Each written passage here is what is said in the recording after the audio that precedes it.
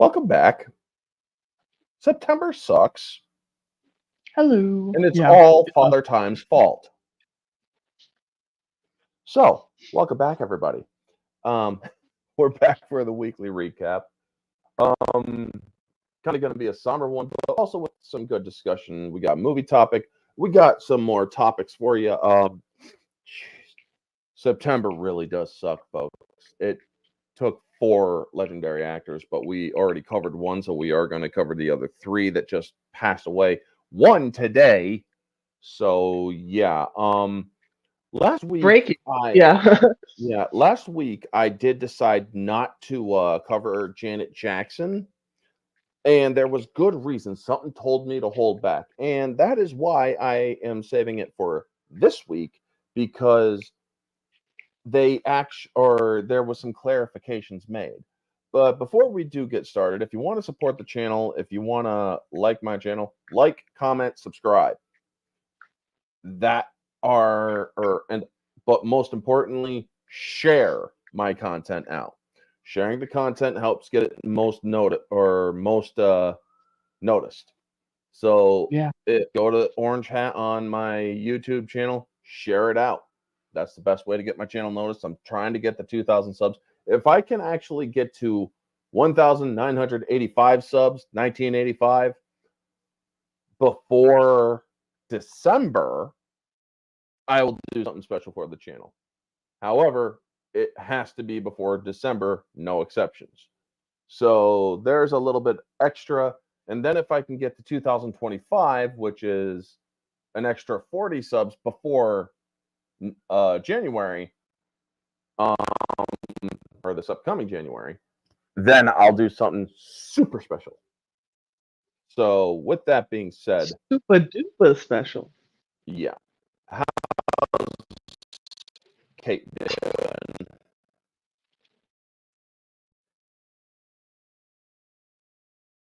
How's Kate doing?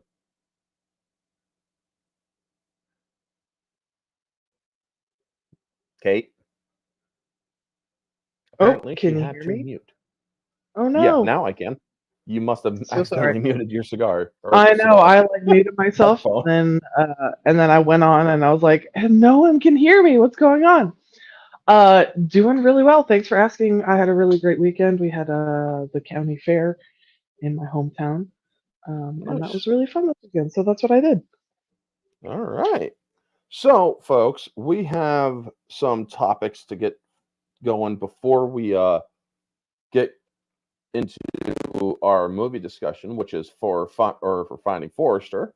But first off, let's start. Rest in peace, Dame Maggie Smith, John Ashton, and Mhm. Chris Christopherson. Mhm. Dame Maggie Smith, for me, I will always remember as Mother Superior, Professor Minerva McGonagall, Mhm. and what was the other one? She's also known for Downton Abbey.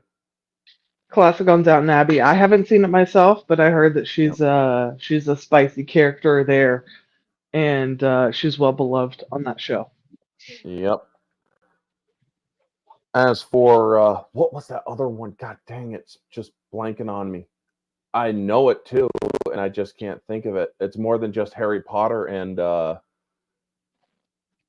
Sister Act. She's been in a lot of like littler stuff. Yeah. Well, I'm Let's gonna see. look her up because Because she's one of those older hey, Maggie Smith, actors IMDb. who's been in a bunch of stuff.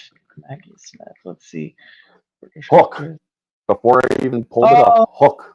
absolutely. Hook, great freaking movie. She did a great job in that. Um, Crazy thing. There's a line in Hook where she and Robin Williams are talking about how long it's been since they've seen each other. 10 years. Robin Williams, I believe, died in 2014. mm. She 10 was years in ago. A Death on the Nile in Yep. 1978. It's Agatha Christie. I know that Agatha Christie's kind of had a recent resurgence with Yeah. her movies with Death on the Nile and A Murder in Venice and whatnot. But she was in like the 1978 version of that. I don't know. I just like I always remember Maggie Smith and things, and then we look back through her IMDb. You're like, oh yeah, I saw him that. Oh yeah, I saw him that. You know what I mean? She's one Yeah. of those classics that's She was she's a just like, very well mannered. That she didn't get into politics either. That's one of the things I really like. She's like, it's not my yeah, place to get into politics. yeah. I think she was part of that old school Hollywood, like Patrick Stewart and whatnot, where it's just like, okay, Patrick Stewart acting. got into politics hard. Sure, sure, sure, Yeah. sure. But what I mean is that old school actor, not necessarily Patrick Stewart's level, but like just that old school, like, okay, I'm gonna act, I'm gonna be a part of the public scene per se because I'm in plays and in this and then whatnot. Um, she didn't touch politics, which I liked. Although, and I really liked her interviews. Sometimes she was like, I meet Harry Potter fans, and they're like, "So you turned into a cat, right?" So, she was just fun. I don't know. I liked. It's funny when you see like Yes. like um Shakespeare trained beautiful actors get into like some of the kind of like kidder stuff like Harry Potter, and then you get them introduced to kind of that like younger audience, and it's funny to have that overlap. So it was always funny Yeah. to watch overlap with her where she was like that old school actor, and then everybody knew her as Minerva McGonagall. I mean, I named my cat Minerva for Minerva McGonagall. So like Nice. obviously Harry Potter has had an impact on millennials' lives. So rest in peace, Maggie. You did good. You had a good run, and we'll miss your contribution to film and TV. Mhm. And John Ashton from King Kong Lives, Beverly Hills Cop movies, uh, a few others that I might be not thinking of right now. I Yeah, mean, that guy always brought a laugh to the Beverly Hills Cop movies. He helped with that. I mean, it wasn't for just sure. all Eddie Murphy. Um, Yeah. Chris Christopher, or he played that really aggressive general in King Kong Lives. King Kong Lives happens to be one of my favorite Kong movies, Hmm. and he had a good death because he went out blasting with a pistol, but Kong just dropped the hammer on him really quick. It's like, Yeah, like but immediately. yeah, right. And then Chris Christopherson, everybody knows him as one of the Highwaymen, Hmm. and as Whistler from the Blade movies. Went out like a boss in those movies. It's like you move a finger and you're dead. How's about this one? Flips dude off and then blows up the whole place. It's like, dude. But Damn. yeah, Yeah, right. Exactly. or Chris Exactly. Christopherson, both music and movies, serious contributions, man. And you are Hmm. missed. You are seriously missed and will be missed for many years to come. Because I love how he played Whistler. Because especially in the second one with or playing opposite Norman Reedus. He's like, we jeopardized our whole operation just to save your fuss old ass. Our operation? Our operation? I built this operation, you ass wipe. And it's like, oh shit, dude. I Here we mean, go. Yeah. yeah. And then and then later on, when Norman Reedus betrays the team, he's like, well, you little shit. And he gets blown up, and then he's like, I was starting to like him. He could deliver Yeah. lines greatly, He but can. He's he really also good at the played a like fatherly character very well as iconic well. one-liner, things. He's good at that. Mhm. I mean, I also like besides just the comedy bits of it, he did great with the blade, do that blood pool to get in there, and the way that he had that emotional, it really resonated, and it's like, damn, dude. It's like, you didn't give up on me, I ain't giving up on you. Come on, and it just really worked. Really hit home. Yeah. So, yes, it did. Now, is my audio good for you, Kate? Because yours seems to be jumping a bit. Oh, okay. So it is me that's also breaking up a little bit. I do apologize. Yeah, I would say good thing you mentioned it, because yours is a little like too. So I don't know if it's, hold on. Yeah. I can mess with my internet a little bit and see. Well, I'll turn my VPN. I just closed another one because I only had 2 windows open, but that other one was doing a pretty big draw. So hopefully the audio is better. Is it better, guys, in the chat? Let me know. I know that sometimes that slows my stuff down. But yeah, this is starting to get monotonous. So let me make sure that something is also cleared, because I have cleared my internet cache like so many times. Oh, dude, me too. So how's my audio now, Tony? Is it a lot better, or is it still breaking up? Okay, it's better now. Thank you. Your audio sounded good to me. All right, now it's better. Good. All right, so now getting to our other topics. I mean, rest in peace to these actors and actresses. They seriously have deserved their long rest, especially after living a long life. And I think that their contributions will be remembered for years to come. So I agree, on to, especially with those classical, older Maggie Smith, Patrick Stewart, those older, more classically trained. When Dame Judi Dench leaves us, I think that'll be a huge missing piece. And I think Maggie Smith is on the level of like Judi Dench as far as talent. You know what I mean? Yeah. When Judi Dench passes on, Vin Diesel's gonna lose it. He's gonna break down because Vin Diesel's been losing it for a while. Okay. No, I believe it was him that flooded Dame Judi Dench's theater office with flowers just so she could do Riddick or the Chronicles of Riddick movie. Convince her to do it. So it's like, yeah, that's commitment, man.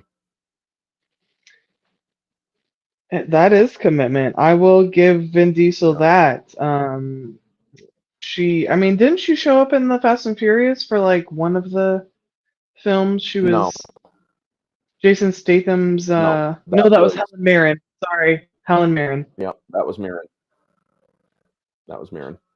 But yes, here is we're gonna get into our other topics now. It seems that Paul Feig cannot let it go. He lost $70 million for Sony, and he can't let it go.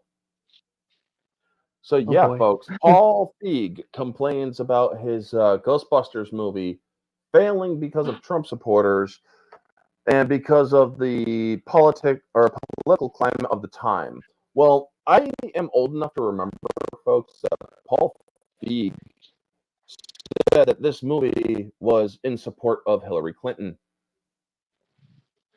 This movie was to basically smack all of those toxic men out there. Was a misandrist's wet dream. Because all the men portrayed in that movie were either portrayed as idiots, assholes, or bad guys, or a combination of the two. I mean, to me, whether or not they're bad guys, they're here there because, well, there's only 2 genders, But the way that all of the men were portrayed in that film is what was bad. So I got the articles. I'm going to do the articles on my phone because that way it does. It keeps the signal as stable as possible, folks. Sure. So I am sorry for any audio delay or anything like that comes up, but I am going to read from this. And yet again, attempting to blame the film's failure on the undefined specter of bigotry. Answer the call. I'm not calling it Ghostbusters 2016 because there was no Ghostbusters movie in 2016. There was an attempt. It just didn't work. It's terrible. Director Paul Feig only was the backlash to his all-female franchise reboot a result of the political climate of the time, but many of those who were unhappy with the film were unabashed Trump supporters. Here's the thing, dude. You were coming out bashing Trump supporters and saying that this movie was a Hillary Clinton support movie. What the fuck did you think was going to happen? Right. Sometimes you just want to watch a Ghostbusters movie. I don't want to watch a Ghostbusters movie that's also we support Hillary Clinton. What does Ghostbusters have to do with Hillary Clinton? If you tell me you're making it specifically political, well, I never saw the 2016 Ghostbusters movie. Honestly, I haven't seen any Ghostbusters movie since Ghostbusters 3, but how is advertising it as a Ghostbusters movie that's political going to help me want to watch it? You know what I mean? Like, right?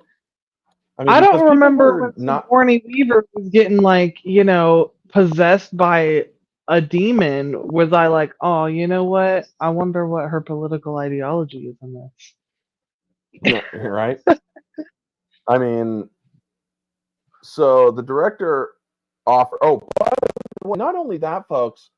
After the movie confirmed that the movie was not a continuation of the originals, and the trailer said it was a continuation of the originals, like 30 odd years ago or 32 years ago, or New York was saved by 4 brilliant scientists and whatnot.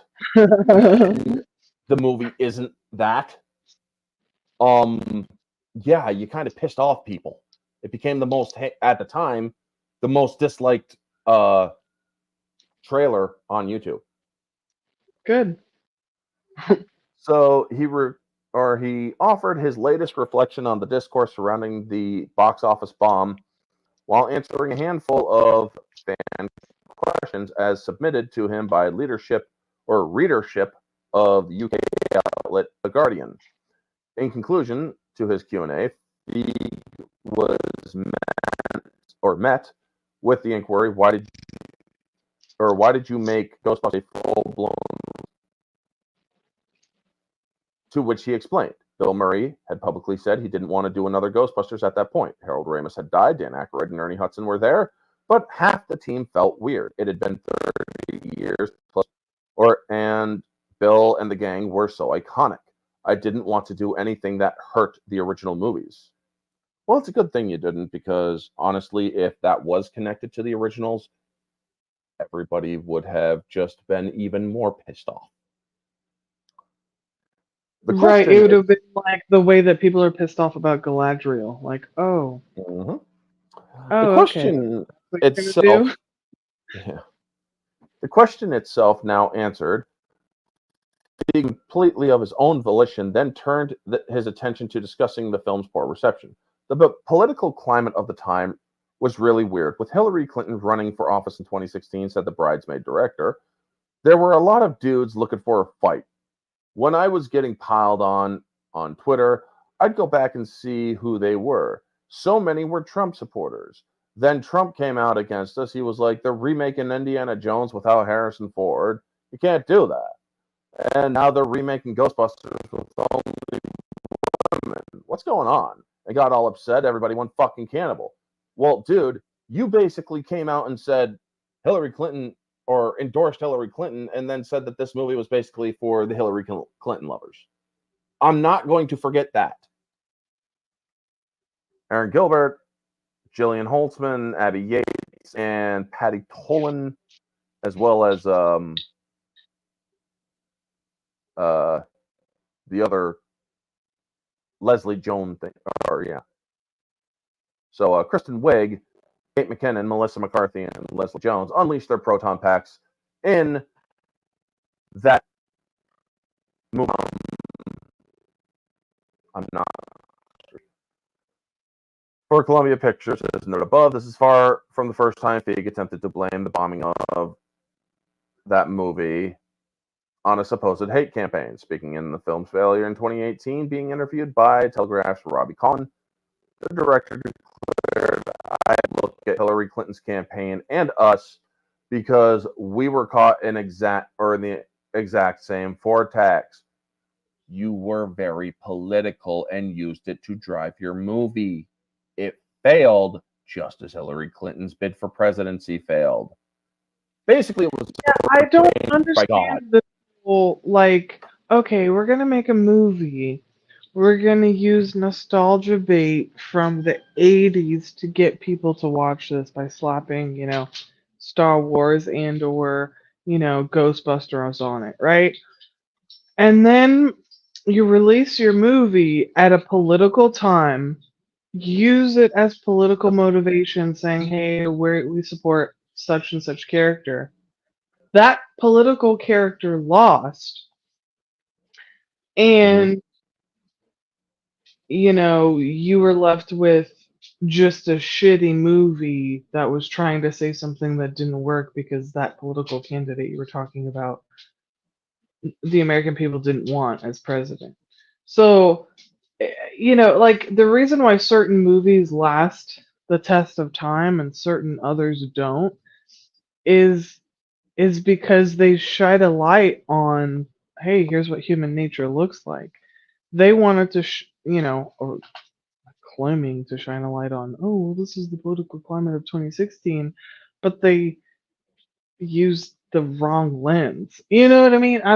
It's just, stop trying to make Ghostbusters political. Just make a fucking Ghostbusters movie. You know what I mean? Yep.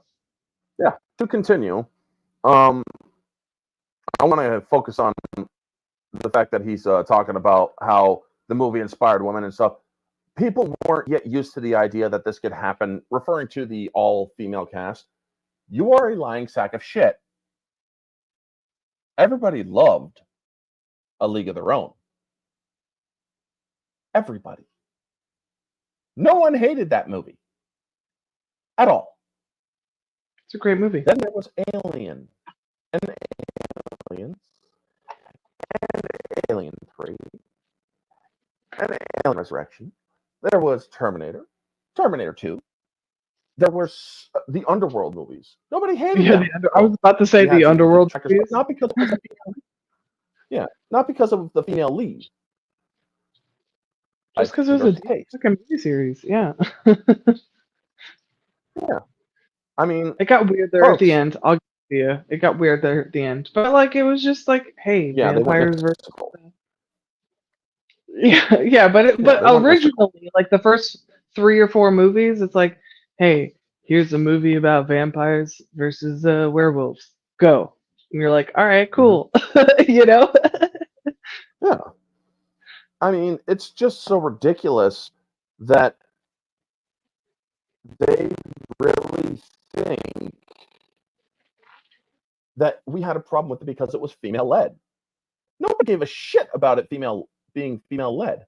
We gave a shit about the movie insulting people. Just make it good. Just make a good movie. Yeah. Who cares if it's female or male-led? Everybody loves the Alien movies, even the shitty ones. Right? Even like Resurrections and shit. People aren't blaming for Resurrections being shit. You know what I mean?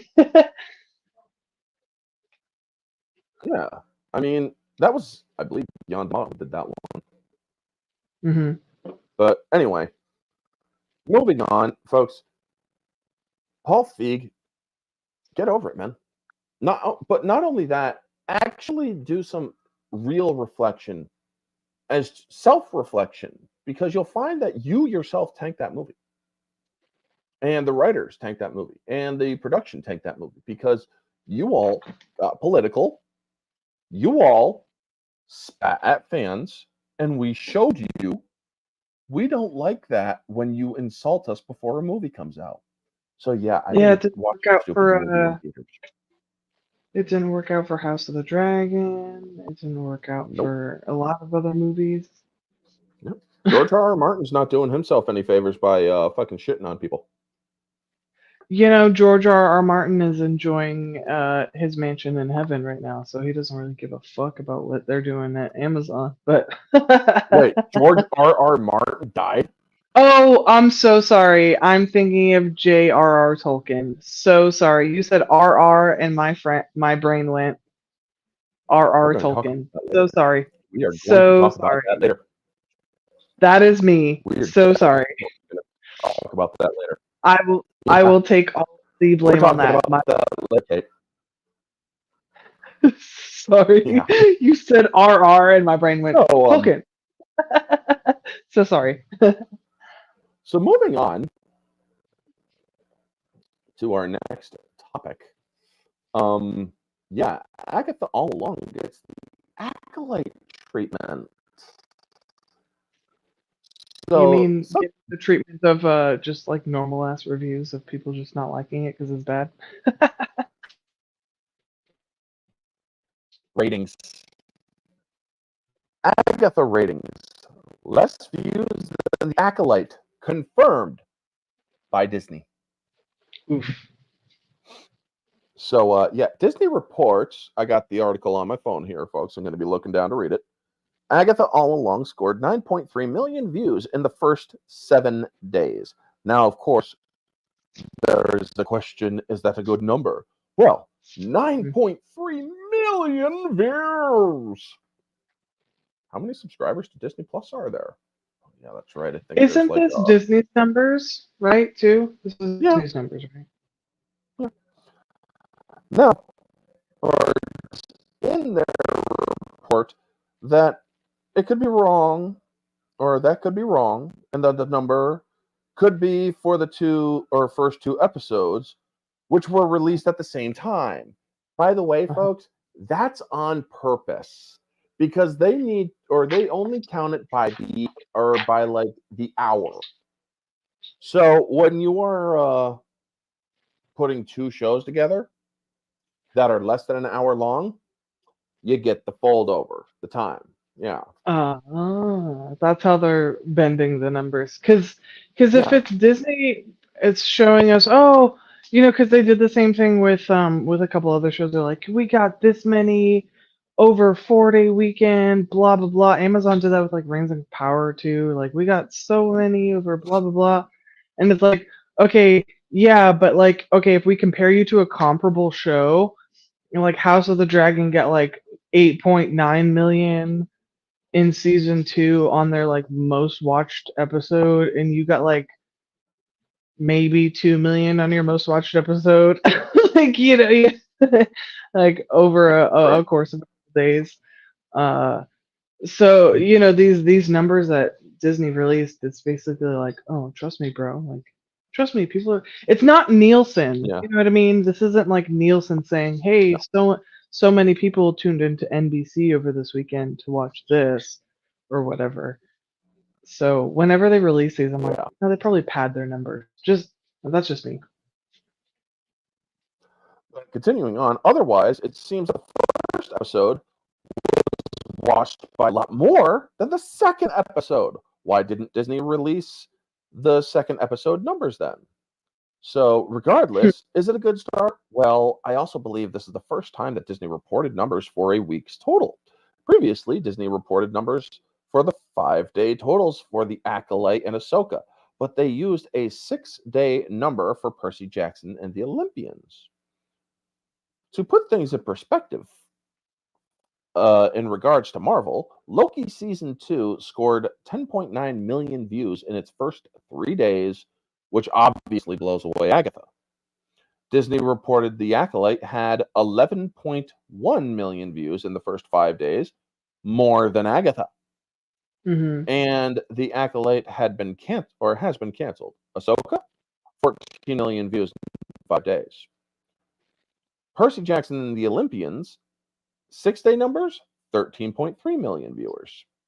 In numbers that Disney, or it seems obvious that Disney stretched the Agatha number out to 7 days to get a better headline. Well, or we'll know more once Nielsen releases its numbers, but that won't be for a while. And by the looks of it, Agatha might not even make the charts if the Acolyte barely did. We also see, once again, that Samba TV fails to make any mention of another Disney show that seemingly is a big bomb. Samba TV, likely at the request of Disney, who is an investor, has stopped reporting numbers for Disney Plus Star Wars and Marvel shows. It can only be because the numbers aren't good. Otherwise, you would want them revealed. So Right. that Right. is, yeah, that's the article, but it's not. I mean, it's blatantly clear that they are not doing well. I mean, but that you have nobody to blame but the actors and actresses for coming out and pushing that thing. Oh, it's gonna be an explosion of gayness. Nobody Yeah, cares anymore. you have to blame. No, that's not just the actors though, because usually the actors are given some sort of, hey, we want you to pitch this as Mhm. our, like with our marketing. You have to blame the producers and stuff for that, because there's no way the actors came out and were like, hey, let's all pitch this sort of spin on it, unless there was some overhead, right? Um, so you can't just blame the actors. It's like all of them. Like, yeah, I don't know. That's just me. Yeah, It, I mean, I it guess doesn't you got a point there. like usually when you're pitching a movie, they tell you, hey, we want you to talk about this. We want to talk about this. Avoid this. Here's how our angle for pitching the movie.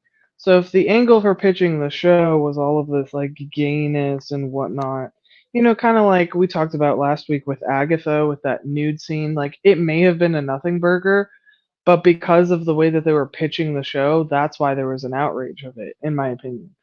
Um, there's an outrage in these shows, and well, they might just be throwing Agatha through the pipeline and saying, okay, we got to make the show because we made it, and it's just getting flushed out because all the DEI stuff is getting flushed out.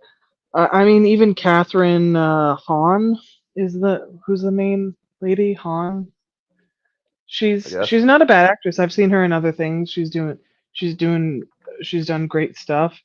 But at least for her interviews, she seems to be indicating that this was a limited show.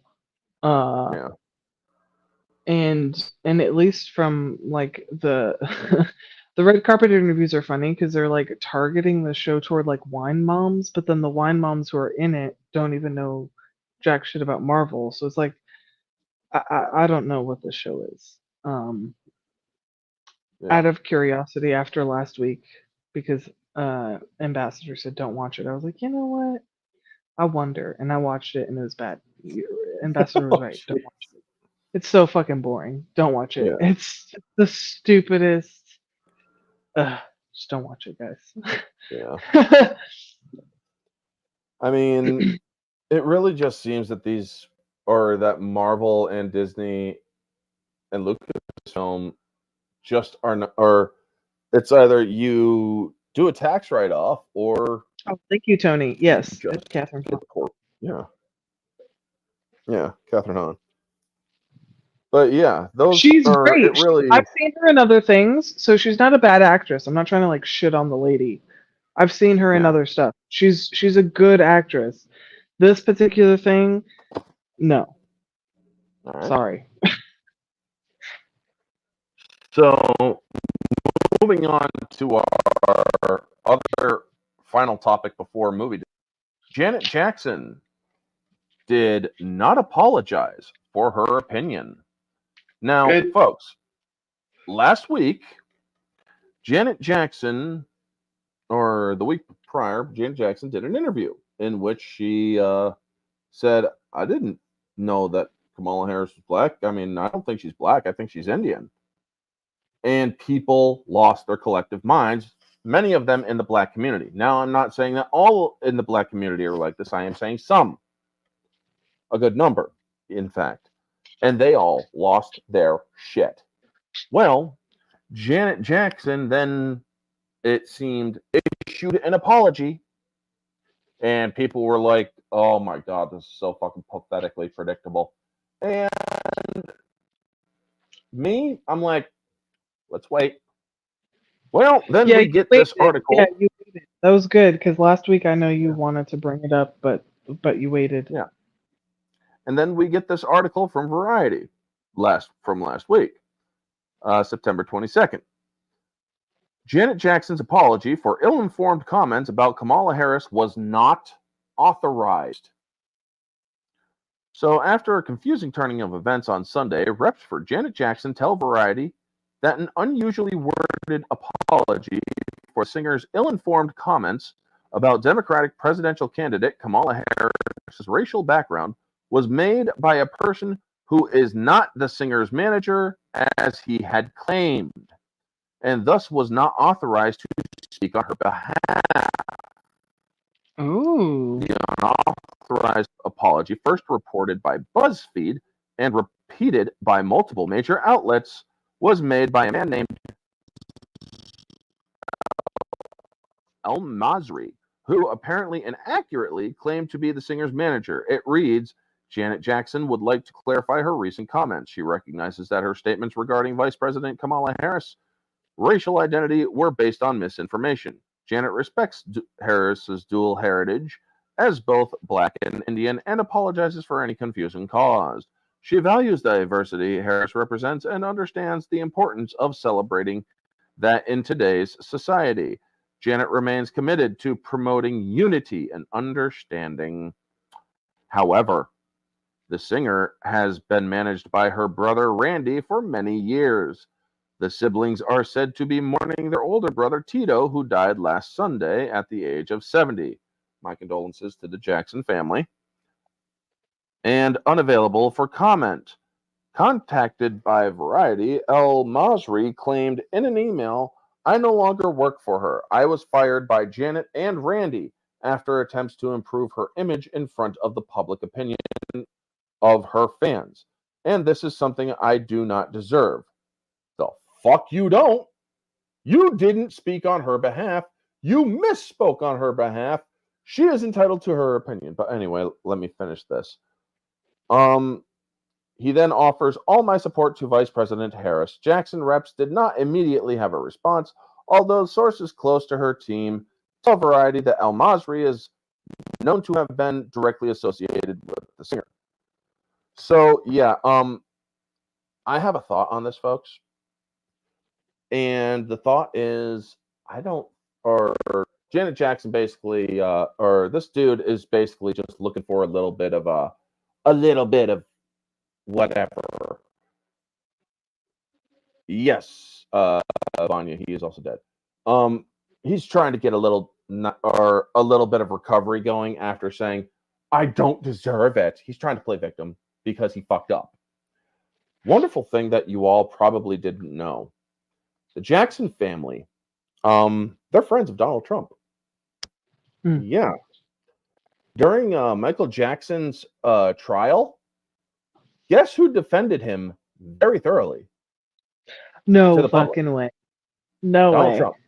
Yep, Donald Trump. Now, folks, I have often joked about Michael Jackson and my perceived thoughts on his liking kids a little too much. And I decided to do some retrospective looking back and whatnot. You looked into it. Huh? You looked into it. Yeah, I did. And did you come to my conclusion that maybe he was treated a little unfairly and maybe he wasn't totally okay? All right. I'm not one to. I'm very hard on people who mistreat children, and I'm weary to even give anybody the benefit of the doubt. But I looked into the Michael Jackson thing, and I don't think that he hurt those kids. And that's surprising coming No, from me I because I'm don't think he usually on did the anything side of the inappropriate. children. I usually err on the side of the kids, and Yeah. from what I took, again, I'm an outsider. I don't know all of the information, but just from what I have learned and gathered from the Michael Jackson case, I think he's innocent with the kid thing. I just think he was Mhm. robbed of his own childhood, and it was a little weird. Yeah. I mean, I tend to fall into that nowadays, and due to my looking further into it myself and doing a lot of my own research, I do want to say to Michael Jackson and his family, well, Michael Jackson is unfortunately no longer with us. But I do Paris and Blake, apologize. yeah. I do apologize for all the rather inflamed things that I have said, because I was fully in the Michael Jackson is a pervert camp for a long time. Hmm. And after looking into it, it's like, I don't think, or knowing who Donald Trump is, knowing that he also defended Michael Jackson, I am going to do a little bit of looking into it. It's not just because I am a supporter of Donald Trump. It's also because I know that Donald Trump isn't that kind of person, nor would he support anybody who is. Hmm. He knows the Jackson family and whatnot. You know what it So was for yeah. his lawyer came out and said, when he was being tried for all of that stuff, he when one of the days that he had been like acquitted or like cleared of something, he cried on his lawyer's shoulders. He like came in, and his lawyer, I guess, came out years later, and I guess he was maybe given an okay, or maybe it was after he died. He was like, Michael came and just like cried on my chest. And I was like, a guilty man doesn't do that. A guilty man who hurts kids doesn't cry on people's shoulders. And there was a couple other things I remember, when I was like looking at the case and just kind of doing like a more of a deep dive than what was given to us on paper as it was going on by the mainstream media.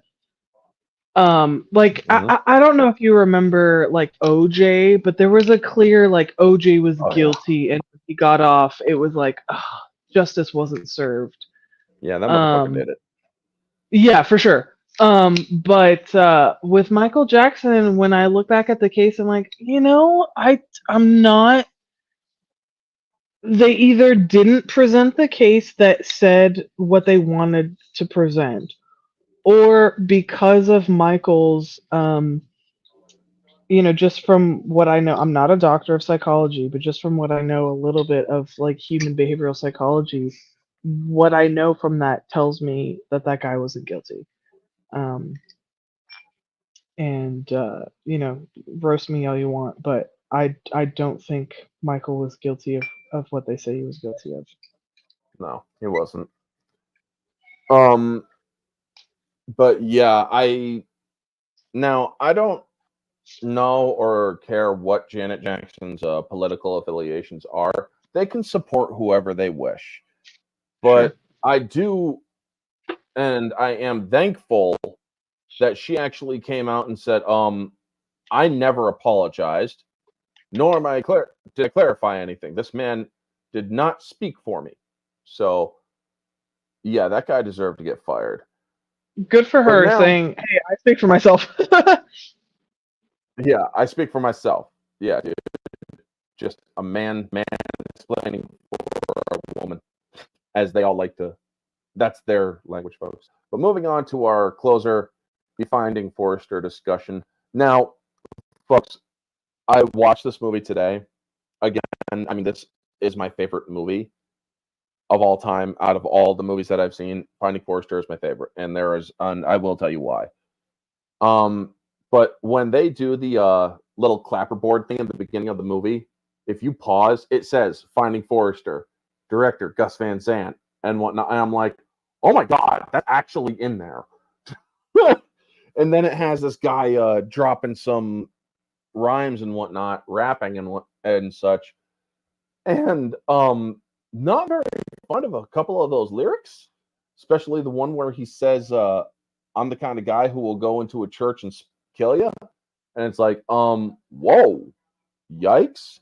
But this is the Bronx. They give you a little bit of look of the look of the Bronx and whatnot, and I think that it was a great movie. And then it takes off from there. This movie is fast paced for a 2 hour, 16-minute movie.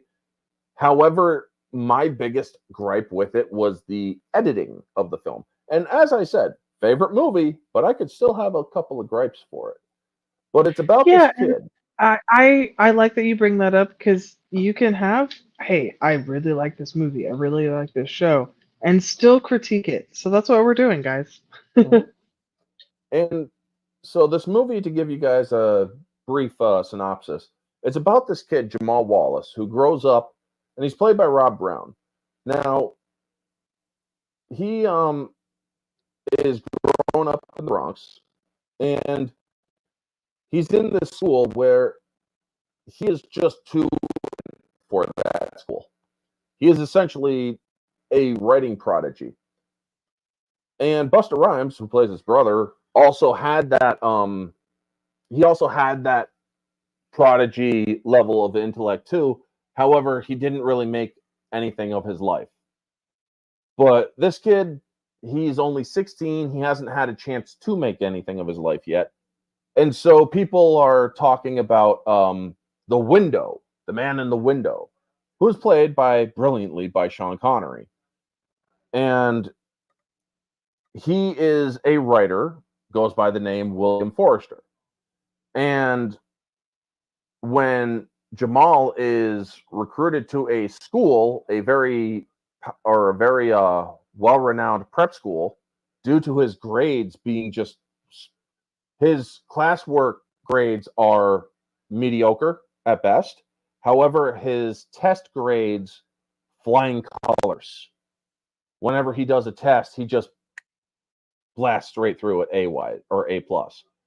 So he goes to this prep school, and he also goes up during the movie, breaks into William Forrester's house, apartment, and gets scared out, and his backpack is lost. I love that scene after he loses his backpack and whatnot. Forrester taunts him, by hanging the backpack in the window, and I'm like, that's just mean. What were your thoughts? Also, I liked also how he kept his identity hidden. Like he was messing with him with the backpack thing, like you were saying. But he develops this relationship with him without knowing like who he is. And I feel like this movie I watched it and I really enjoyed it, so I understand why it's like, like one of your favorite films. I enjoyed it. Not above reproach, which I'm totally with. I mean, we critiqued freaking Field of Dreams last week, and great movie, but not above reproach. I don't think any work of art really is. It deserves to be critiqued. However, super enjoyable. I hadn't watched it until you brought it up. I watched it earlier today. And what I like about this film is how many people have tried to copy it since. And it's a good idea because there have been many films that have tried to do kind of the same thing since. Having, this kind of older, may or may not be washed up, and then this younger prodigy coming up or younger talent coming up. It's been repeated. So I'm like, oh, it must be a good idea. The argument could be fleshed out whether or not it was fleshed out fully, or the idea was fully brought to completion, right? Exactly the way that it should have been.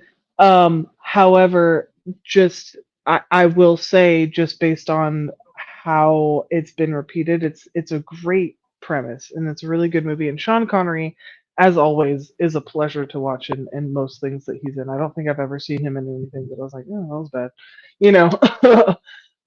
Yeah, Just because yeah, everybody knows most of his roles as action roles. yeah, right, exactly. You know, but even his roles that are seemingly more Anthony Hopkins esque, if that makes sense, he does really well with those as well. I mean, one of the things that I like about this is they even do the whole race baiting thing a little bit. Just he's like 16 and you're black, remarkable. And then he's like, Right. what They do we have to do be it's black? kind of like Gran Torino takes some themes from this movie and Yeah. you know like I don't know if you've But it's seen a if you've good misdirect though, because he tells him, he's correct. like, Yes. well, here's the thing. Right now, you're wondering what to do in this sort of situation. Do you, or, Mhm. and basically what I'm doing is I'm testing you to see how much you'll take of this racist bullshit. Right. Which tells you right now, he's not actually racist. He baited him to see his reaction. And then he goes on. I mean, the way that he plays this role, Sean Connery, he asked him, it's like, or he basically bases it around a soup or a pot of soup. He's like, how come my mom has made this type of soup for years and it never does this? And so then he bases it around a soup question. Or it's like, not Mhm. exactly a soup question, is it? You hear that a couple times later in the film. Mhm. And And I which like that how he's like, that repeated through it. Like this isn't yeah, he knows he's being tested, kind of, you yeah. know. Because almost every time he visits him, it is a lesson. And he's like, all Yeah. right, well, here's a typewriter. And he's like, well, what are you doing? Or what are you waiting for? I'm not, or I'm trying to, I can't think of anything. Oh, no, no, no. Don't think. Thinking comes later. Right now, write. Just write. And And so, as a writer, I will say those scenes really touched me because there have been many moments where I'm like, okay, here's my story. I need to write this, and I have nothing for that. But I have a lot to say. And I just sit there and I go, I have nothing to write for this thing that I need to write for. And then that particular advice is just write, think later. That has been a great advice for writing because if yeah, I approach my computer or I'm sitting down to write and I go I need to write for subject X but I have nothing for subject X, I just need to write about Y is in my head, write about Y and then later edit it to X, and yeah, rewrite it to fit X, but if Y is on your mind, write that. So those scenes where he he's teaching this inexperienced prodigy. It's a great movie about like experience versus talent, because you can yes, have amazing talent and zero experience. It's kind of like Goodwill Hunting where he's like, yeah, you can write a yes, poetry love, but unless you've held a woman, loved a woman, committed to a woman, and done all of these things, what the fuck do you know about love?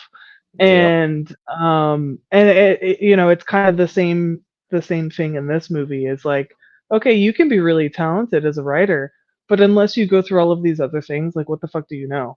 And so right. the meeting of the talent versus the experience, that was a major theme in this movie, and I really enjoyed seeing that. hmm And it's another thing, or everybody wonders why he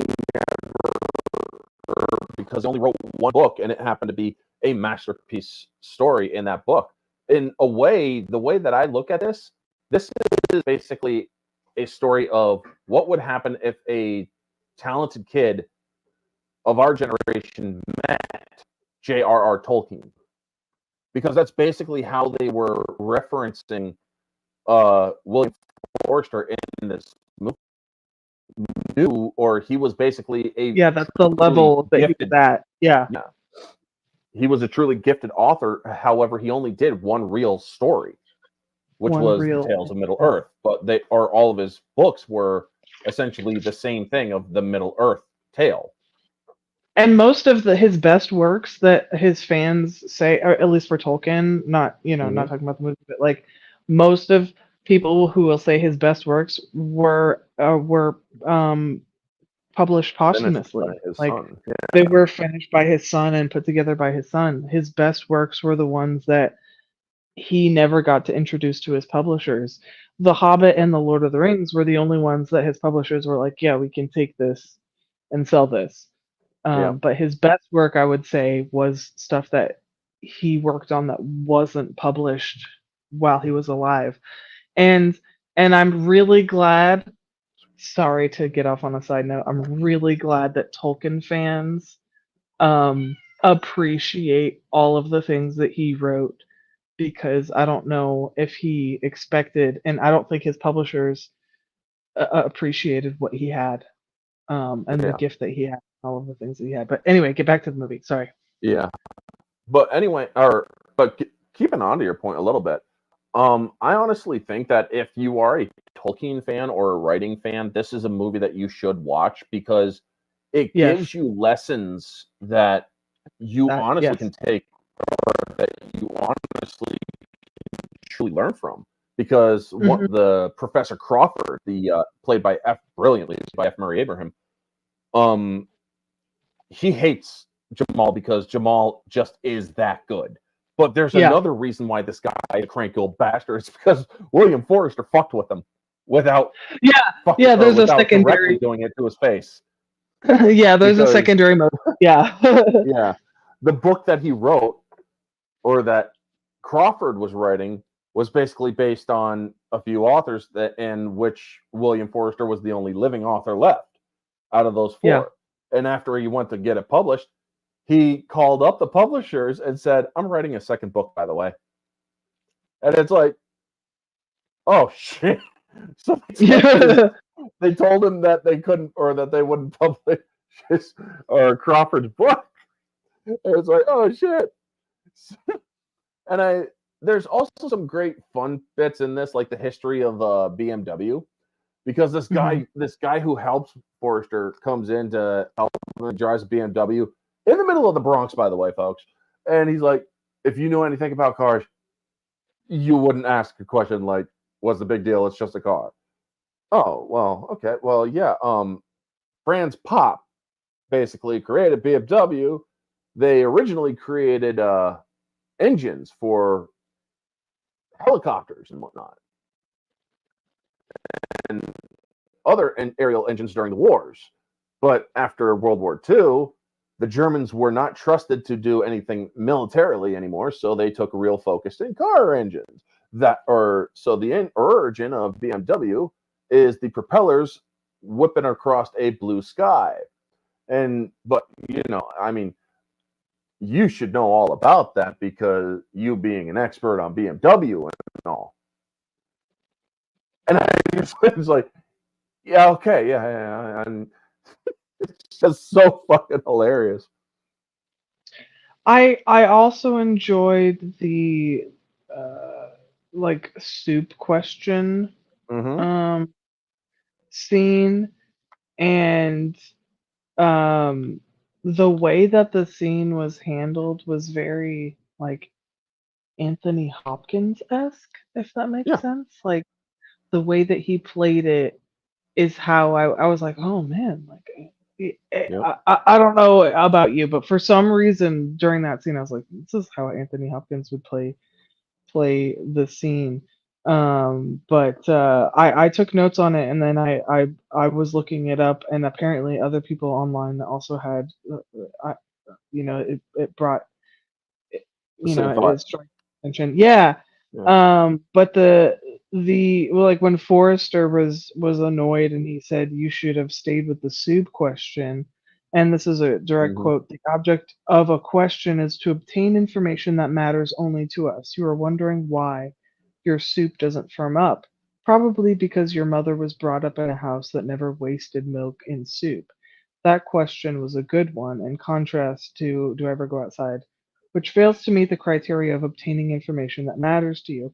So this scene particularly stood out to me because he was he he does a really good job of um like pinning him to things without making him feel like a piece of shit. You know what I mean? Yeah, Like he's teaching him. he's teaching him without breaking him down. He's doing a good job Yes. of, because I've had teachers like that and I really appreciate them and I still remember them to this day and their lessons.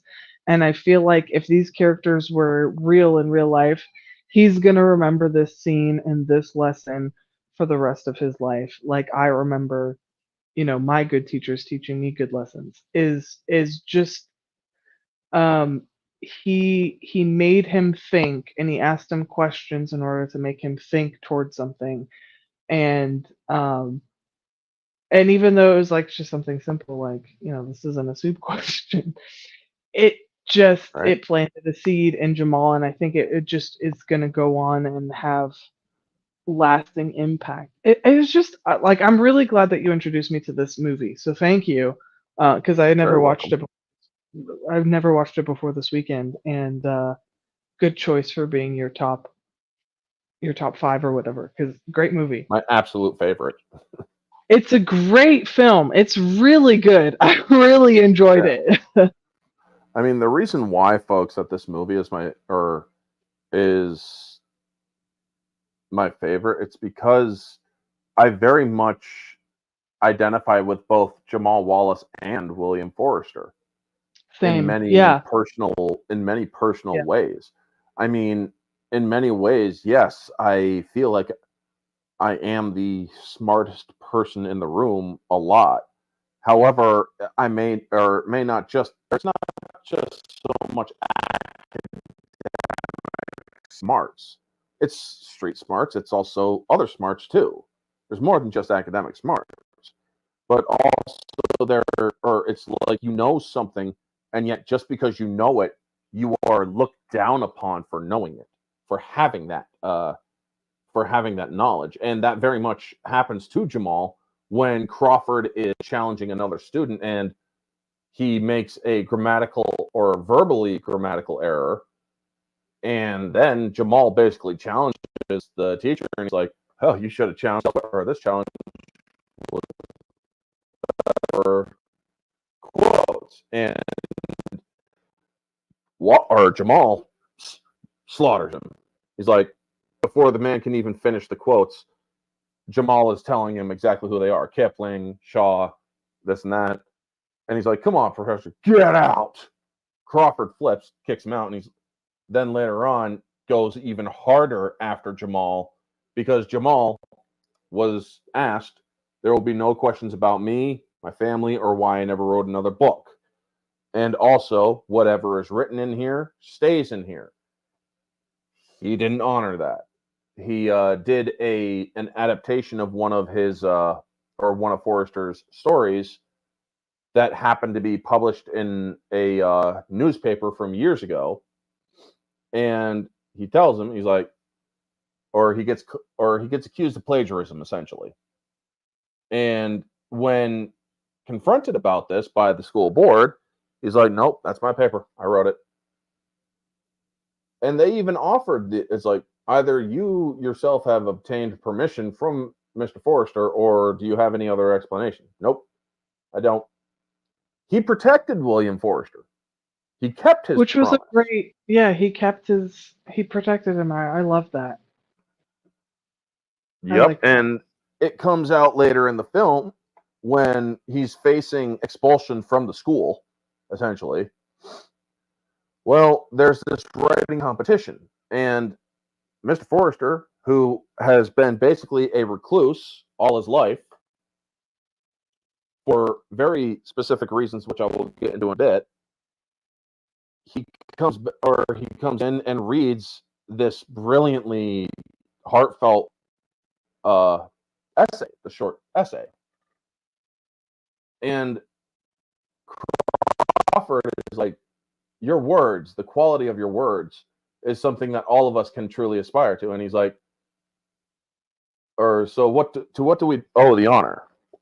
I came here to speak today because a friend of mine was not allowed to. And when confronted over a mistake he made, I made him promise never to reveal anything about me. And that friend's name is Jamal Wallace. Jamal Wallace is a friend of yours? Yeah, yeah.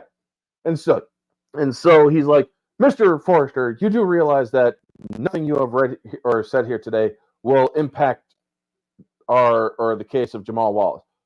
Well, that may be, but the words I spoke here today, I didn't write them. Jamal Wallace did. The entire class then, or the entire hall class that's in there, just lit up with applause. It was such a and you see that this is really where Professor Crawford has lost any sort of credibility, and I absolutely love that scene. So Jamal Wallace is, of course, allowed to stay, and there are other elements in which I'm not going to spoil this movie too much for you folks. Yeah, But spoiler free review on this one. It's a good one. Watch it. we discussed spoilers, but I don't want to totally destroy the movie forever for people who haven't seen it. But the one thing I do like is the reason why he never wrote another book. He is brought down to Yankee Stadium by Jamal for his birthday, and Forrester explained essentially the reason, without saying that this is the reason why I never wrote another book, but the reason why he didn't write another book after a tragedy happened in his family. And he reveals the actual reason. Now, you and I know it's because, or know the reason, it's because of what a nurse said, but it's just such a poignant moment that there are reasons and whatnot play a big thing in this story, or play a big role in this movie, folks. And because that also comes because he also tells him, you're wondering whether or not I'll let you come by, or whether or not you're going to use 2 words. Well, those 2 words are indeed spoken out of anger, because after Jamal got caught essentially plagiarizing. But those 2 words were basically F you. But you'll see it if you watch the movie and why they were spoken. And this movie is just so powerfully done, folks. You get the emotional ride that any big, really good movie gives you. But you also, there are flaws. I mean, editing is a really big problem in this film. You're cutting to different scenes because there does seem to be a little bit more to the scenes. However, they cut to a different scene to keep the story moving along. They edited it like to shorten the scenes or whatever. Yes. But the performances themselves by brilliantly done. Sean Connery and Rob Brown. Rob Brown and Sean Connery did a great job. Like, even I didn't realize when I was watching it, I was like, oh, there's Anna Paquin. The she plays, well, she's been in most people know her for like Rogue or True Blood, but she does have an Oscar. I refused to watch the movie because it was directed by a pedophile, but she's a tremendous actress. And you've seen it? It's a good movie. No. What movie? No. The Pianist? Never heard of it. Never heard of it. By Roman Polanski, I think. Oh, Polanski, yeah. And so I don't really pay much attention to his movies. just out of principle, I refuse to watch it, even though he's been praised to be a great director. Anyway, she has anyway. Anna Paquin, she's very talented, even though she's been in some like BS stuff. Um, like True Blood. I don't know. I never got into that. I thought it was kind of BS, but That movie she or that show was fucking twisted. I tried to get into it. I got to like, I don't know, the second or third episode, and I was like, I can't do Yeah, this. be glad you stopped there because holy shit. It I don't remember which episode like number it was, but it was the one where the guy like popped out of the ground and then they had like sex And they had sex immediately. right there. And I was Yeah. like, no, It's girl, like, oh you fuck, man, that can't. is so fucked up. Absolutely not. There's a no on so many levels, but just the UTI alone, no. Right? Yeah. I mean, she has talent here and there. If she's given the right role, she does a good job. Or otherwise, she doesn't really do a good job. I thought she did a great job in this movie.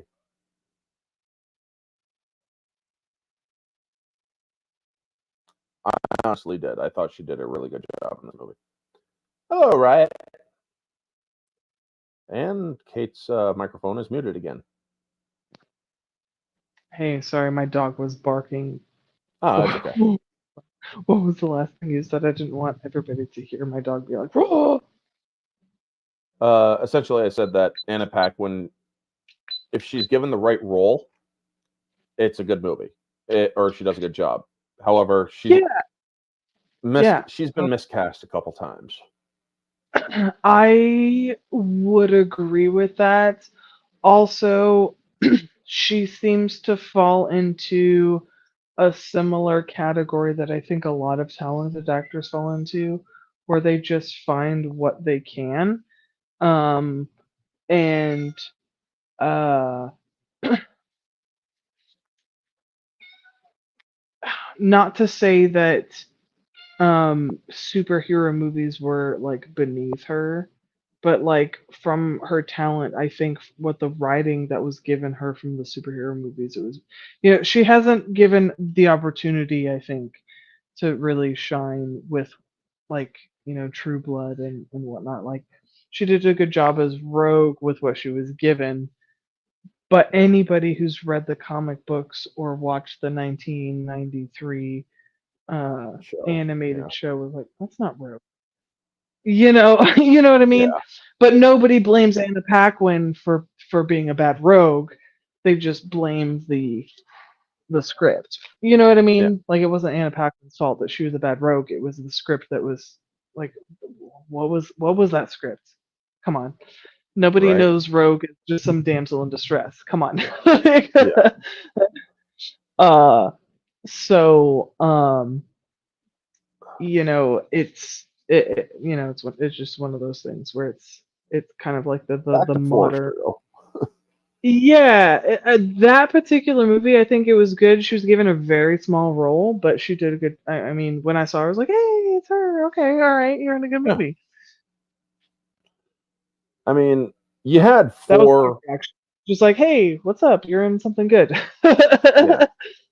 You had three or four well-known actors. Anna Paquin, Matt Damon. Matt Damon only plays a very small bit part in this movie. Yeah, At the he's end, very, very, yeah. where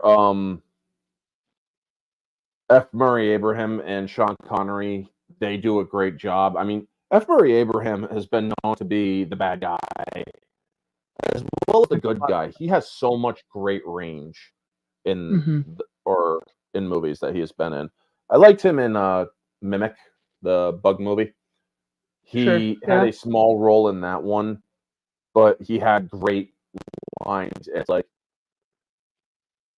but they all, yeah, but you let him out. Yeah. The world is not a lab.